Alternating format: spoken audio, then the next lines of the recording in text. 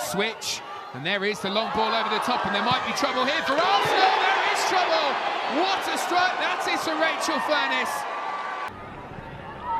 Well, set up nicely for Jade Moore. Furness!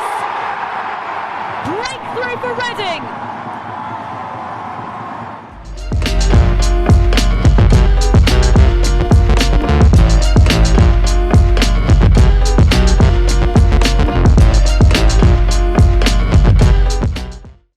Hello and welcome back to the What the Falk podcast. Today's guest is one of Northern Ireland's most coveted players and current Liverpool midfielder, Rachel Furness. How are you, Rachel? Are you all right? Yeah, I'm good, thank you. Obviously strange times at the minute, but making the best out of, these crazy times. So yeah, I'm good, thanks. I've seen that you were having a bit of a kickabout with the dog. Is that right, in the garden this morning? I've seen that on Twitter, I'll be honest.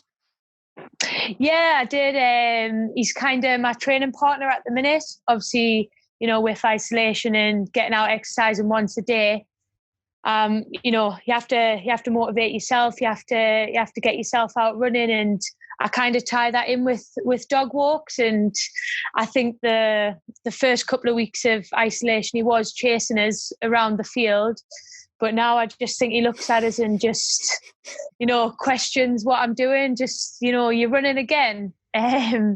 So yeah, I took him out. I've got a small garden at my parents' house, but I took him out and just working on me 1v1s, just having a bit of fun in isolation. Like you have got to make the best out of these moments. And for me, it's time at home with my family and my dog. Are you back home in the northeast at the moment then? Yes, I am. When lockdown was approaching, Liverpool as a club, because some of us are in apartments, the club did suggest if we could go home, to go home and obviously be with family and, stay safe and look after ourselves and our family. So I'm very fortunate that I did get to come home and I'm spending some quality time with the family. I've lived away from home now for 4 or 5 years. So for me, this is precious time in difficult times, and I'm very happy to be having a stint back up in the northeast. Talking about, obviously, your career, we're going to go right from the very early days. But I suppose before we do that, first and foremost, you joined Liverpool on officially the 28th of December, I think. I think I've got the date exactly right, from Reading. But coronavirus and isolation aside, how have you been settling in the first few months? The first few months, it's hard because you see a first few months, not the old cliche of, I feel like I've been here forever. But it does feel like I've been at Liverpool and a part of Liverpool for a lot longer than I have. I feel like the type of person and personality that I've got, I'd talk to a brick wall. I'd talk to I'm blue in the face. I don't struggle to have a conversation. So I feel like the Liverpool as a club, right from the management, like the coaches, the girls, they were all very welcoming, and so I feel like that helped help myself settle a lot quicker. Being in the game as long as I have, I can't say I've played for a handful of teams. I mean, I've not had to move teams a lot in my career, so for me, something new at my age, I wasn't expecting it, I guess. But I mean, I hit the ground running, and I've thoroughly enjoyed every second of being at Liverpool so far. So going back, as I always say, to the teenage years, but we can take this back as far as you possibly want, because it's a pretty open question, I think. What are kind of your earliest memories of maybe not so much watching football or playing football, but basically just falling in love with it? What was the first time you went, hang on, I quite like this kicking a ball about thing, and then start learning more? I think, so my growing up, 2 older brothers, to be honest, one of my brothers was more into, athletics, trampoline and that side of things. Didn't really take an interest in football, but Stephen, my older brother, used to play around the streets with all the lads, and you know, just being an annoying little sister, I wanted to be like my big brother. You know, so I used to follow him about, asked if I could join in, and I think I just got a love of it from there. You know, my family are very football orientated. Everyone in my family loves football, and yeah, I just think it got us outside, and I think once I started and thought, oh, I'm not too bad at this, and then the lads in the street used to knock on the door and ask if I was coming out to play football rather than my brother. You know, I thought, oh, I must be doing something right here. And it just continued from then. There was a man in my street used to run a boys football team, Stella Maris. And he just asked if I wanted to come down and train, and I did. And obviously, I think I was, can't remember how old I was, quite young. When I was able to play, I used to play in the league with them until I think it was 13, when I got told I was no longer allowed to play in the boys team. You know, the manager took us to one side and broke the news. And if I'm honest, I was quite heartbroken. I didn't know girls played football. I didn't know women played football. I just thought, not that I was the only one, but you know, like we were discussing, there wasn't a lot of girls teams out there, no academies like we have these days. So my school teacher, I played for the school team as well. He was like, "Oh, Rachel, I've heard of a girls' team in Chesley Street. Do you want to go and train?" And if I'm honest, it did take a lot of just go on, just do a lot of persuasion, because I didn't want to play with other girls. I wanted to stay with the lads and continue to play with them. And anyway, so I got round and I went to have trials, and so my parents couldn't drive at the time, and I was very fortunate that my granddad had a car he drove, and he was able to take us over to Chesley Street. So it's a 20-minute drive from where I live, so it's quite far. So he took us over, and I think we were training at that time 2, maybe 3 times a week.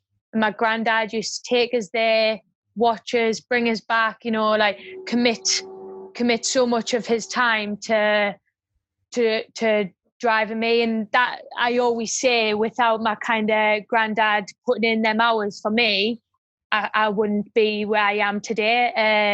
So I'm very obviously fortunate and grateful that he was a golf man himself, and he, you know, at first he didn't quite get us playing football, but I made it up to him, I guess, by being his caddy the odd weekend. So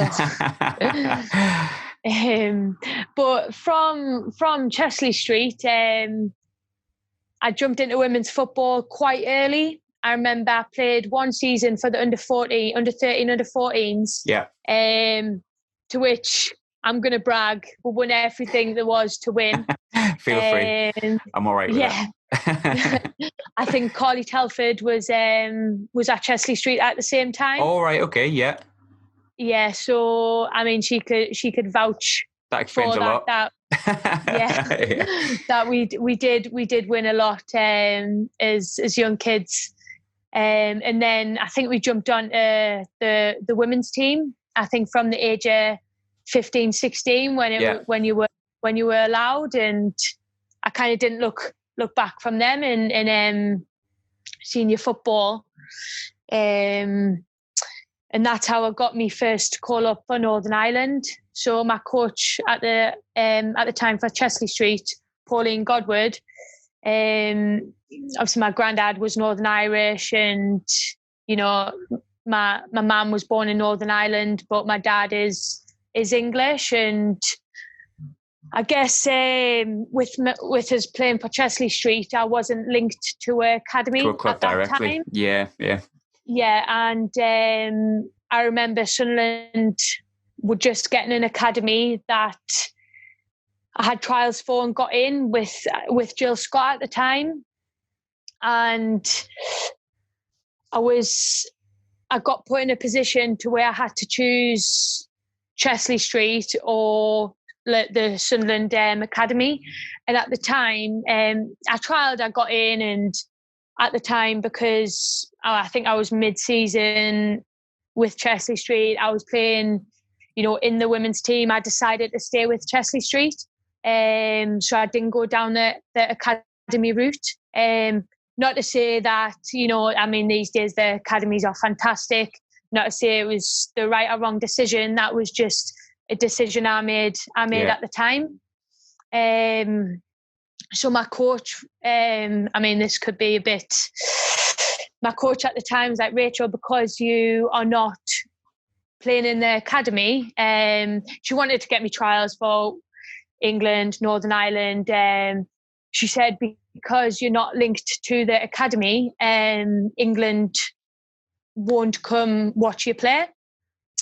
Why was that? Why would they block you from doing that?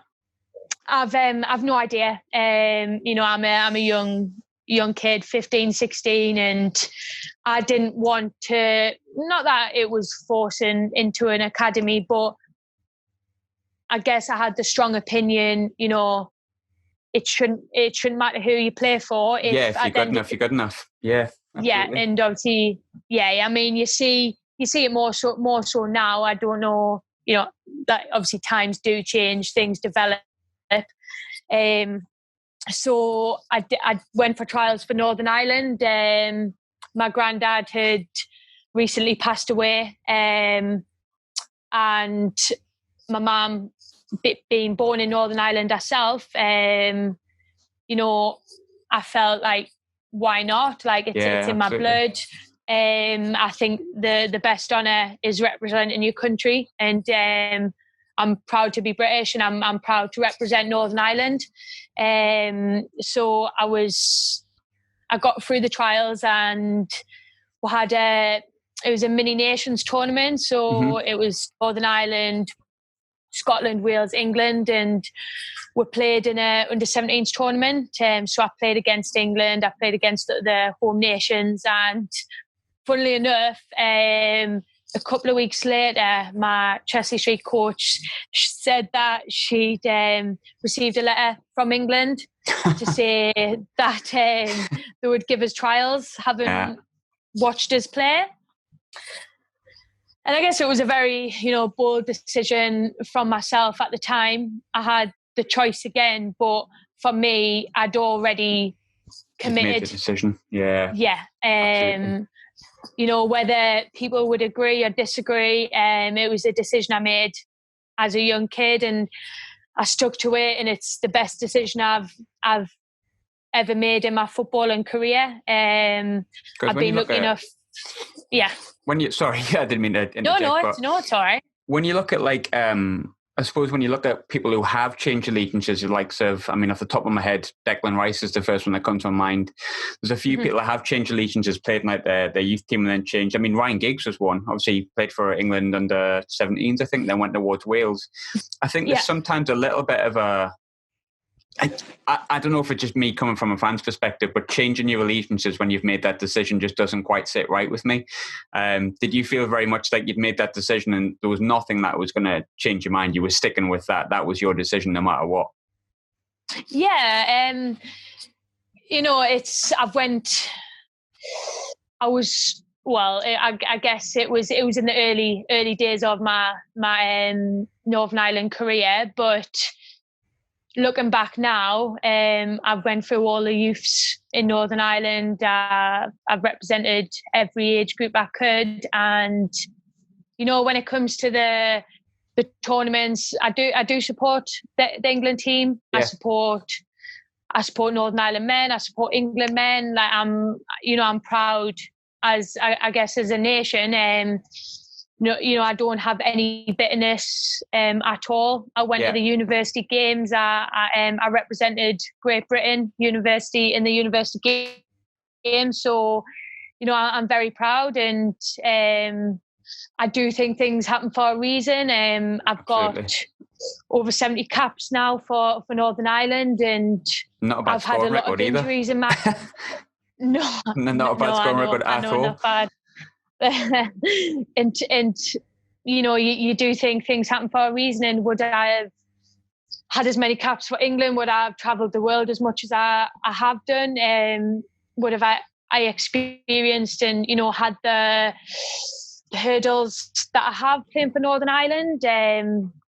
Because it has been tough. You know, it's been a tough 15, 16 years to having to always break down barriers. And, you know, Northern Ireland, compared to the England women's team, we're still developing. We're still breaking down barriers. We're still trying to get the leagues better in Northern Ireland. We're forever fighting. And I think, you know, I'm proud of that fight, and I'm proud to be a part of it. And I'm proud to have represented Northern Ireland for, since I was, you know, 15, 16.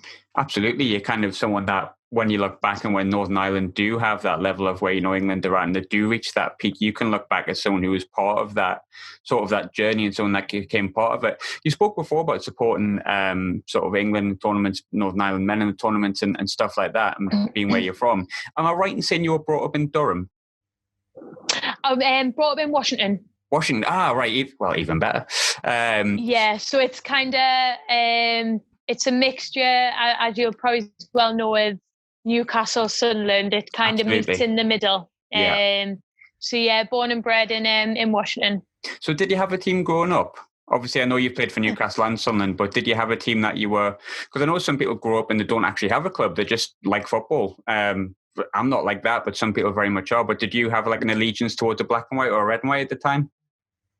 It was and still is 100% Newcastle. See, I knew that. I was just reeling you in.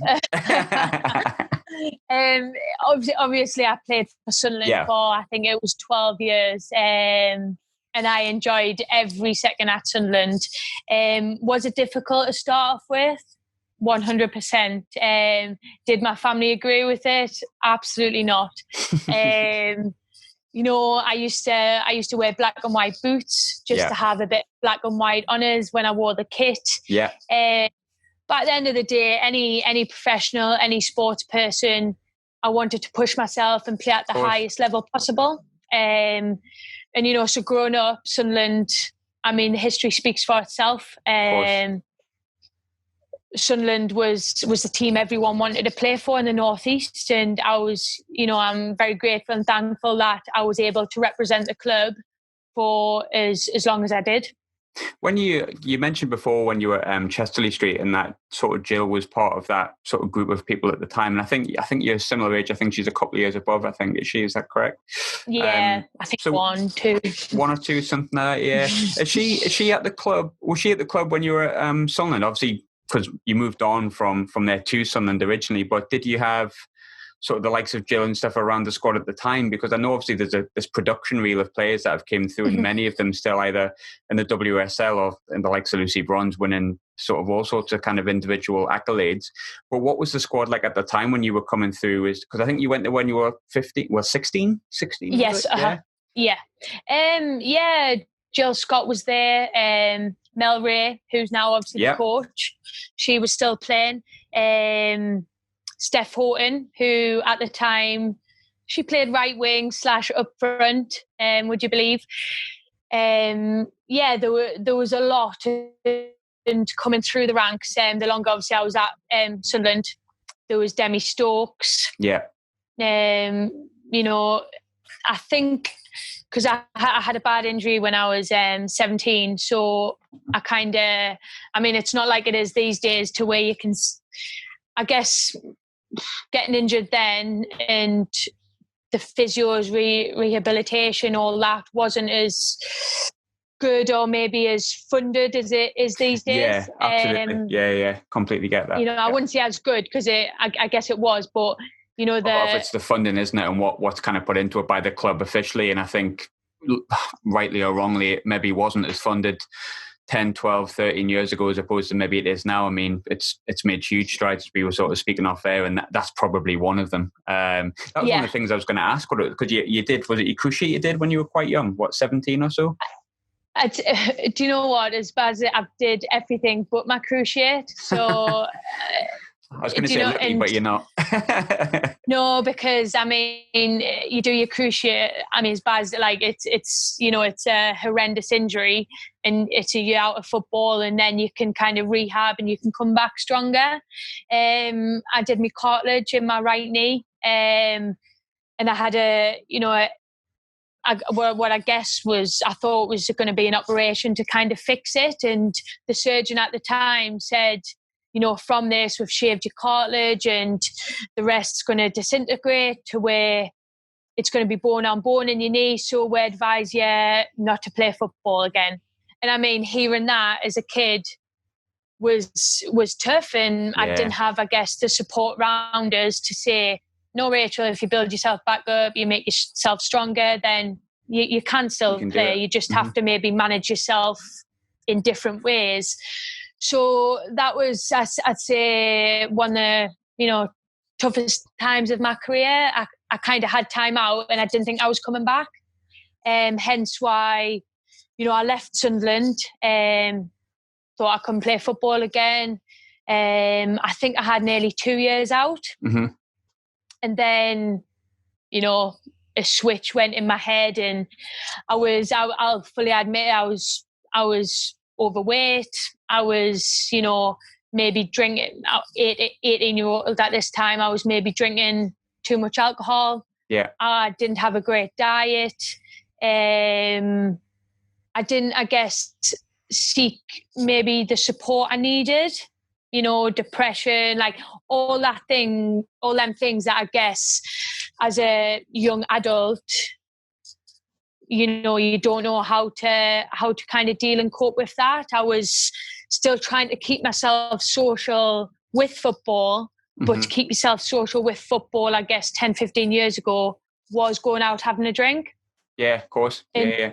That side of it's changed a little bit as well, hasn't it? So it's changed massively. And, so I went through, I guess, a rough couple of years before that switch said, why don't you try and exercise? Why don't you try and go for a run? And I guess, if I showed you a photo of me back then, you wouldn't even recognise us. And I guess slowly there was nothing that happened overnight. It was a 3, 4, 5 years process, and I'd even say it's still ongoing, because I guess when are you 100% happy, you can always strive and to improve yourself as a person and an athlete. And as I started to exercise a little bit more, you start to cut things out like the alcohol, sorting nutrition. And I had a friend at Newcastle who was like, oh, Rachel, why don't you just come train? They were in, I think at the time, the league below Sunderland. So it was kind of no pressure. Yeah, absolutely. It was just like, just come, just kind of see what you can do. And I remember one of my first training sessions, Rob Atkin was manager, and he was just like, oh, just go for a run around the field. We're going for a warm-up. And I remember I almost struggled to do a lap around the field. And I was like, wow, that, I guess, shocked us. Bit of reality kicks in, and then kind of gave us the hunger watching the other girls run, thinking that I want that to be me again. Yeah.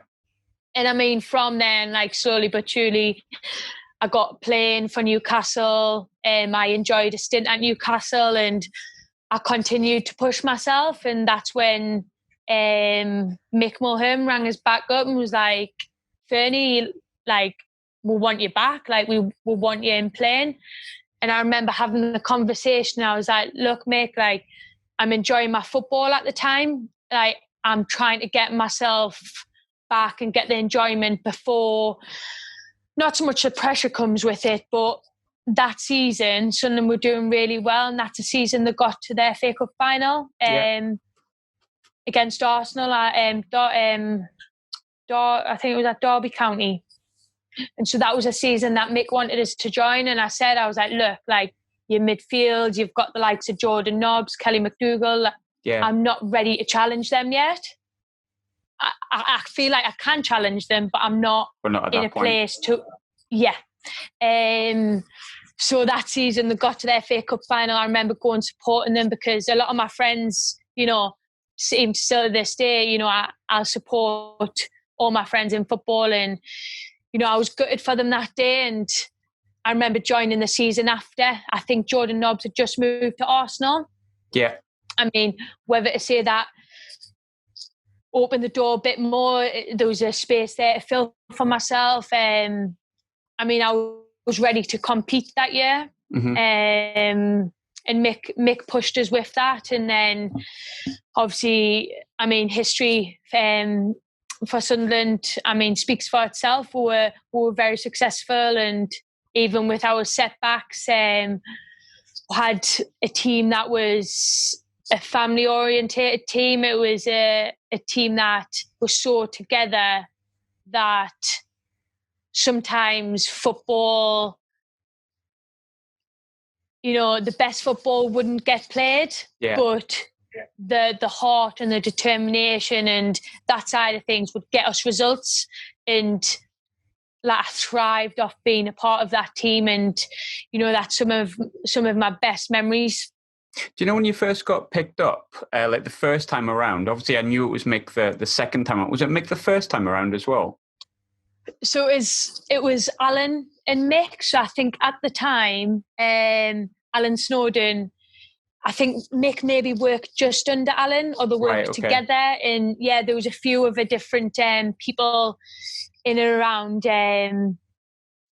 But Alan was the forefront the first time. And then Mick, obviously, over the years, become more involved when Alan, I think, stepped aside. Because when you look at Mick's like track record, I spoke to Beth about this as well, and I said, like, you know, you look at the players that he's kind of spotted. It's almost like now if he saw, say, like a girl just coming through playing football, like 11, 12-year-old, if he looked at it and said, like, you know, I think she might be all right when she gets like 16, 17, you'd kind of trust him because of that production reel. But like at the time when he asked you to come back and things like that, was his reputation as high at that point sort of nationally, or did you know how good he was at like spotting that talent? Does that give you should we say, a confidence boost? Because you said obviously maybe, you know, you wanted to be at that point, but when Mick says, look, come back, if you think, well, if Mick Mulhern wants us, maybe I am ready to come back. Yeah.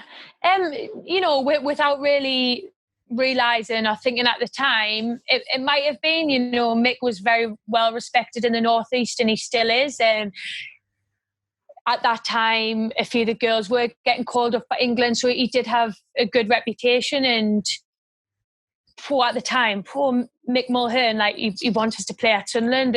I guess, you know, any young kid, it was, some like the head of the Northeast at the time wants me to play in their team, wants me to be part of that. So yeah, without thinking at that time, it was obviously a compliment that he wanted to, I guess, improve me as a person, as a player, and push me to become better and to be a part of that Sunderland team. There was a point when you were at Sunderland, obviously, actually I think it was potentially maybe before that, I might have skipped too far in, but you went over to Iceland at one point in your career for like the summer. Now there's quite a big list of players. Obviously there's a couple of girls that are currently at Middlesbrough. Anna went for a bit. Emma, who's now at Birmingham, she went over as well. Bassie, I think you played with Bassie, didn't you? Yes, that's Sunderland. Yeah, I did. God, I love Bassie. Good girl. I love Bassie. Crazy, but good, good. But potentially the best person on the planet. Yeah. Yeah.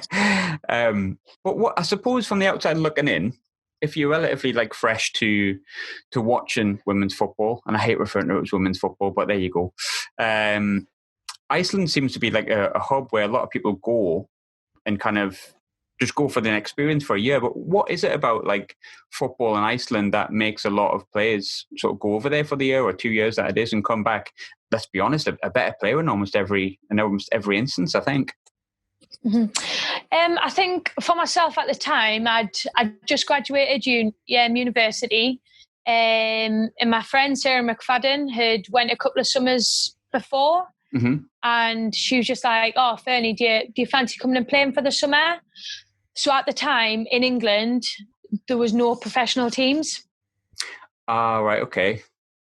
So this was me. So there was no professional teams at that time.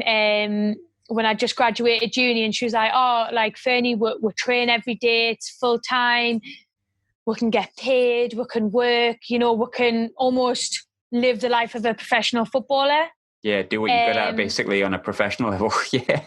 Yeah, and I think the fact of like the full-time football, I'd have been stupid not to kind of take up that opportunity. Yeah, absolutely. And it was a great experience. It was cut a bit short because I tried to get back for the Sunderland start in the new season. So I kind of had to cut my time a bit short in Iceland, but it was the first time I'd, lived abroad. It was the first time, I guess I could cook, but like cooking for myself, having to, be full time and look after my body. It was the first experience of that. And, first taste, I guess, of full-time football. So, that was my reasons for it. And I know over the last however many years, the girls have continued to do that. And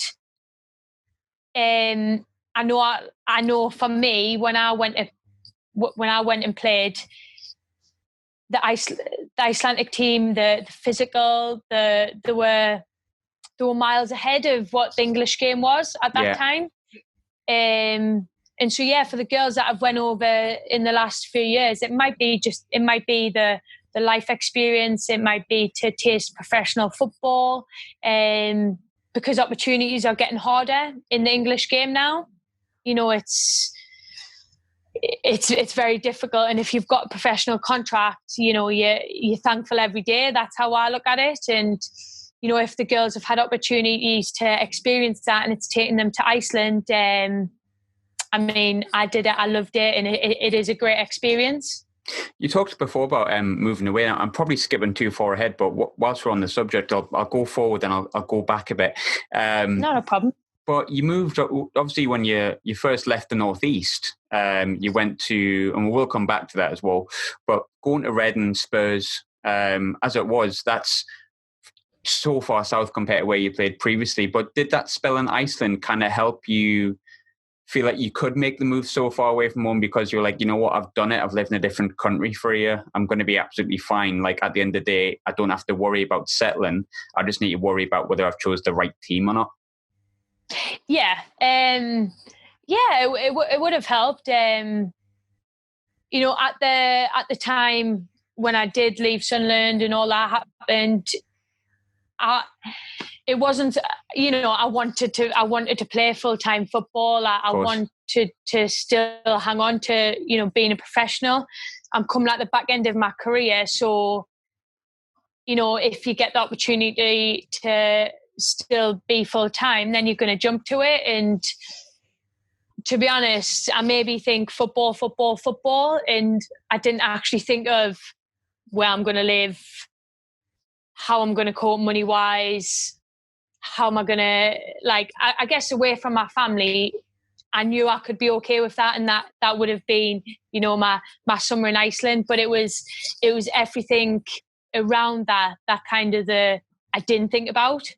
Yeah. It was the football that overtook that. And so going on to that, I was lucky. The time I moved to Reading, my cousin lived in Bicester, which is an hour away from Reading's training ground.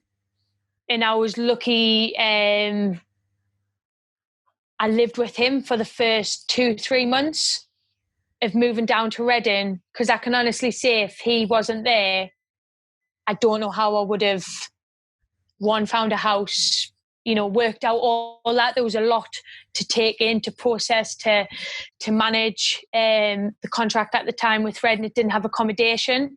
Mm-hmm. So it was sorting, I guess, what I thought was a little thing was actually massive and could have stopped the move if I didn't have my cousin there. So I'm very obviously grateful to him that it was smoother than I guess it could have been. Yeah. Going back to your time at Sunderland, obviously incredibly successful, and it was a reason that you went obviously onwards to Reading and Spurs and now Liverpool. But I was looking through the team at the time, and there's so many names that stick out, and still Kira, who's obviously still at Sunderland, I know. as red and white as they come, Kira. But Beth Mead was probably the name that really stuck out for me. And Beth at that time would have been super young, 16, 17. When you're training with someone on a regular basis and seeing someone's talent gradually evolving, could you tell that Beth was going to be as good as she eventually was, even at that really young age? 100%. I wouldn't even have to think about that. When the kid come to training, she just, you could tell she just had something special. The way she hit the ball. I mean, she's developed now into a more rounded footballer. Yeah. She was more raw back then. Did she like running? Probably not. Who does as a kid? You just want to kick a ball. Yeah. There was a lot more to it that, she's got in her game now, but you could just look at her and go, she's going to go far. And I remember, having conversations with Beth, and I'm like, mate, don't forget us when you're at the top and you're playing for the best team in the country, because you're good enough too. I think the whole squad were like that. We were very, very, I say grateful. We made the most of playing with Beth for as long as we did.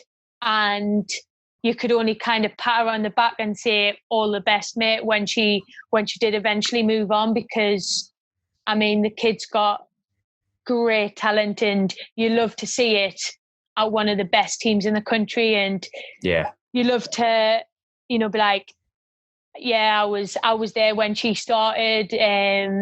If I've got a little percentage in helping her get to where she is, then happy days. But from day one, you could tell she was going to be something special.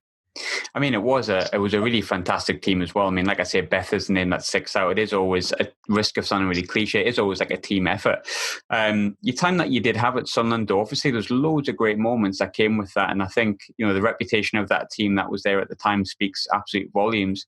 And I suppose, to be honest, and maybe at risk of maybe wanting to say something that I don't know whether I fully believe now, but I think at the time, a lot of people it was men's football, men's football, men's football, men's football. And that team got that good that it started creeping into people who'd never ever seen a woman play football before. And now when you look back at the players in that team, the sides that were there. But for you personally, everyone has their own favourite moments. Everyone has their own favourite memories. But what was your sort of favourite pull-out moment, if you could pick one, from your time that you had at Sunderland and being in that team? Oh, that is a question. There's a few in there. No, there is. I'm gonna.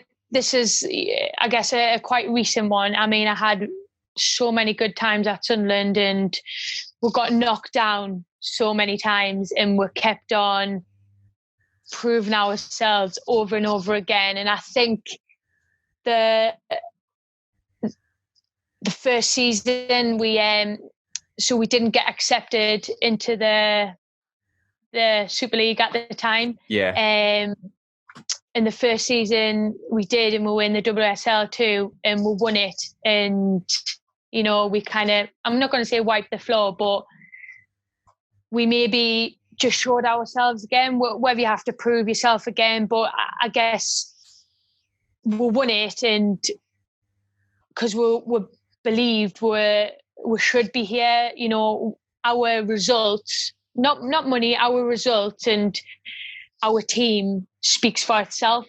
The talent we've got, we want to play football to deserve to be in the highest league. Obviously through everything that happened, have to kind of be careful what I'm saying here too. For everything that went on, that was kind of, I mean, we got recollection from, I remember half of the girls in the WSL1 at the time. I remember tweets, seeing things all over social media going, you know, this is like almost what they deserve, like after the knockbacks they've had. And I just think that it was just, you know, we won the Prem. I think as we didn't get accepted into WSL, we kept on winning the Prem, kept on like breaking records again. And I just think winning that WSL2 at that time, it was just such a great moment for the club. I'm going to say Sunderland as a whole club, it was obviously the men at the time weren't having a great time, I'll say. As per usual. Yeah. And, you know, I think it was something that one, you know, the fans that had at games, like you said before, it turned a lot of people's heads, and it turned a lot of men supporters' heads. And you want success in your club. And at the time, the women's team was the success of the whole club. Yeah. And so I think that was kind of a moment at Sunderland that I will, you know, cherish. And I remember the game we won away at Millwall. I was going to say it was Millwall, wasn't it? Yeah, I remember that. Yeah, Kira Lobb. Was it a Kira Lobb? Am I right in saying it was Kira who did that?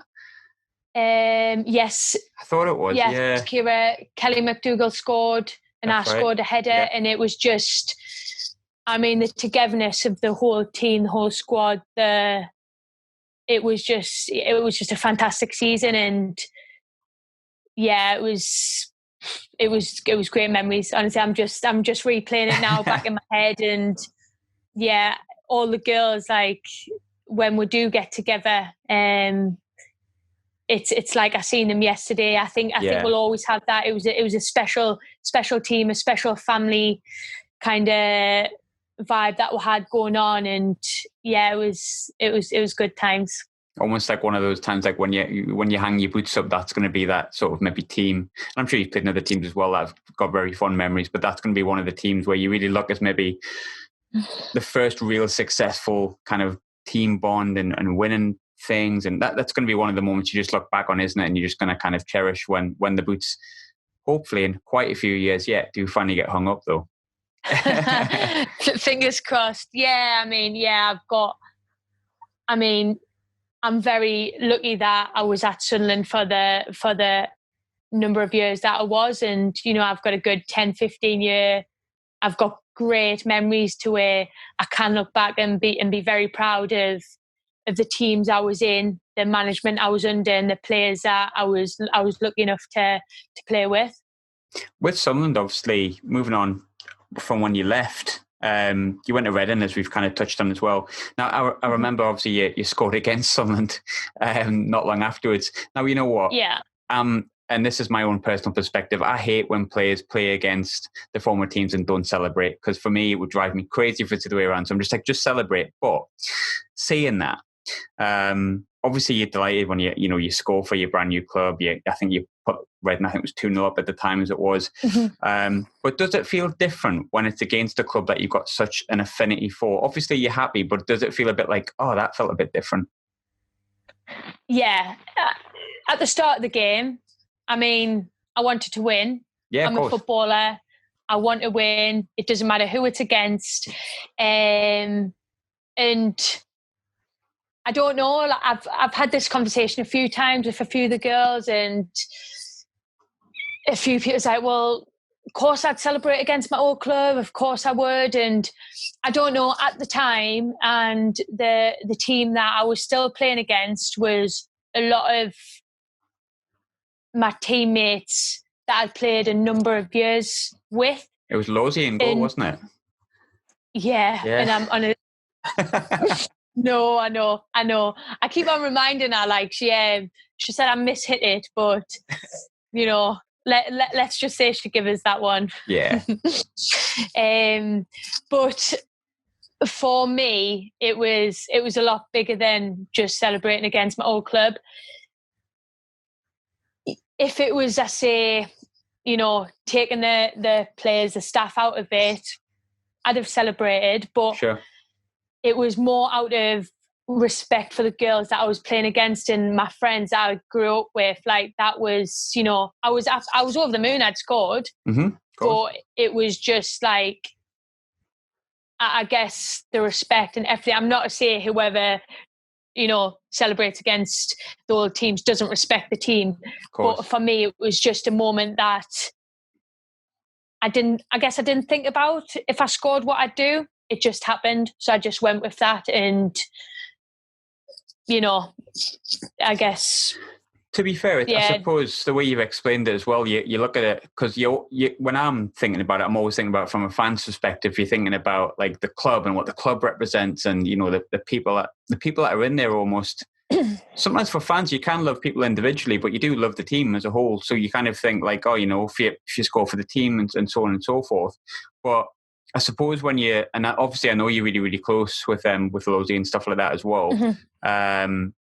It is like there was a lot of players in that team where pretty much, like you say, you hadn't just played alongside, you grew up with. It was like almost school friends, wasn't it? So yeah, I suppose when you look at it from that perspective, it's different. But that's almost the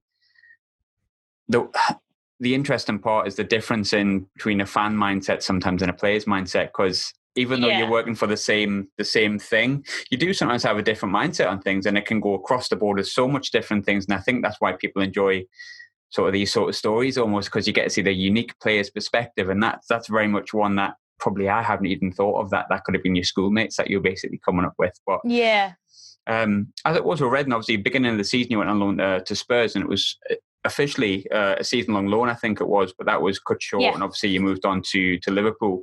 It was a short spell at Tottenham, but did you enjoy playing for Spurs? I loved it. I've not did say many interviews or things about my time at Spurs, but I can't say a bad word about Tottenham. And that's when people say, well, why didn't you stay, and this. Sure. Circumstances in women's football. I've still got a great relationship with Tottenham. I've got a great relationship with the manager and coaches that, I check in on them, check in on me, and the players are, I'm proud to have been involved in that team and in the first year in the WSL. And, circumstances in football changes all the time, and there was many things around, why I decided to come to Liverpool.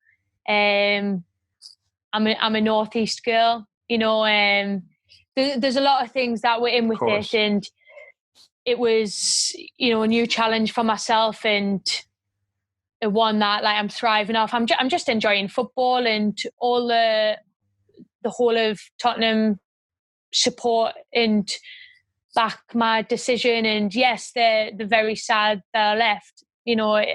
I was sad. I think I was there, 6 months there, not even. But that little stint was one of the best 6 months of my career. Yeah. I found out a lot about myself as a person and as a player. Obviously not speaking so much of departing from Reading, but you could say personally I wasn't in the best place. When the loan came about, if I guess I want to word this correctly, if say I'm not, I wasn't going to be in Reading's plans for the upcoming season, and I guess as a person, it hits you hard, and as a professional, you've got to think it's football at the end of the day. Like, football is a business. Football is brutal. Football is absolutely the best and worst times of your life. But it's what I love, and I wanted to get my love back, and the opportunity come to go on loan to Tottenham, and I grabbed the chance and I got my love back for the game, and I'm very thankful that Reading made it, easy for me to do that, that it wasn't made difficult, and forever grateful for Tottenham for helping me with that. So moving forward to probably the final question, hopes for the future. We've touched on Liverpool a little bit, and to be honest, immediate future is we don't know when we're going to get out of the house, which is a little bit frustrating. But when we eventually get out of the house, what are your hopes for the future from a career perspective? I mean, first and foremost, if we continue the league, it is securing staying in the league with Liverpool. I feel very confident in the staff, in the players, and in the whole entire squad. You've just got to look at the squad and the players that we've got. That's what attracted us to Liverpool. Sure. I like the vision of the club, and I mean, first and foremost, we want to stay in the league because the club have got plans. We've got a great backing and great support, and I feel at home at Liverpool, and I want to be successful at Liverpool for, I guess, as long as I can. Obviously, I'm a realist, and I'm not going to play forever. In the next couple of years of my career, I'm talking because I want to play for another couple of years. Sure. With Northern Ireland, we're going through an exciting time at the minute. I think this is the first time in however long that I can remember that we've still got a chance to qualify. Yeah.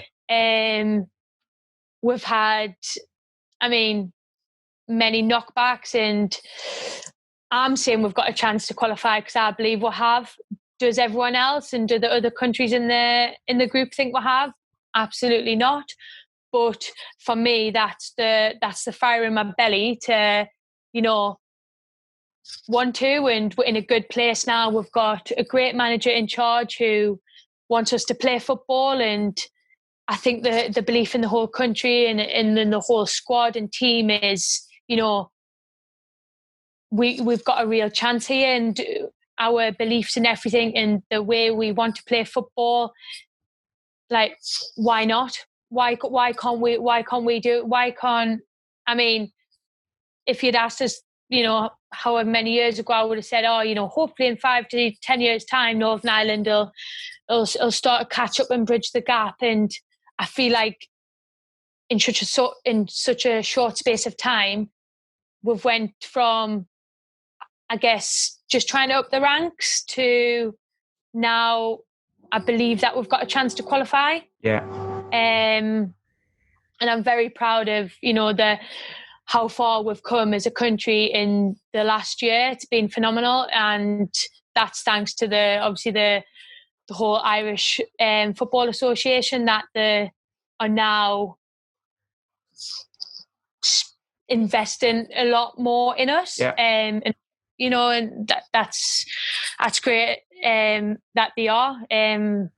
But for me personally, I'm happy and I'm grateful for every game I play. I kind of, I've had many setbacks, many injuries, but I love kicking the football, and every game it's like I get through that, and it's like, go on, get us on to the next one. And if I want to be in dreamland, I want to try and put myself in the window for the Olympics. Yeah, of course. I don't think I'm too old. I still think I'm playing good football. I'm probably having, obviously, the first half of the season with Spurs, second half with Liverpool. I feel like I'm having one of the best seasons of my career. Mentally, physically, I feel in a good way, and I want to dream of that Olympics. I want to dream of qualifying for the Euros, and I want to push myself as much as I can, and have things to strive for. And I think the main thing is over this last this last season is I'm enjoying and loving football like a big kid. And if you're doing that, then doing something right, I guess. You've got a smile on your face. It's always a good way to go forward, isn't it? Rachel, thanks very much. That was actually a really lovely chat. Thank you. Mm-hmm. No, not a problem.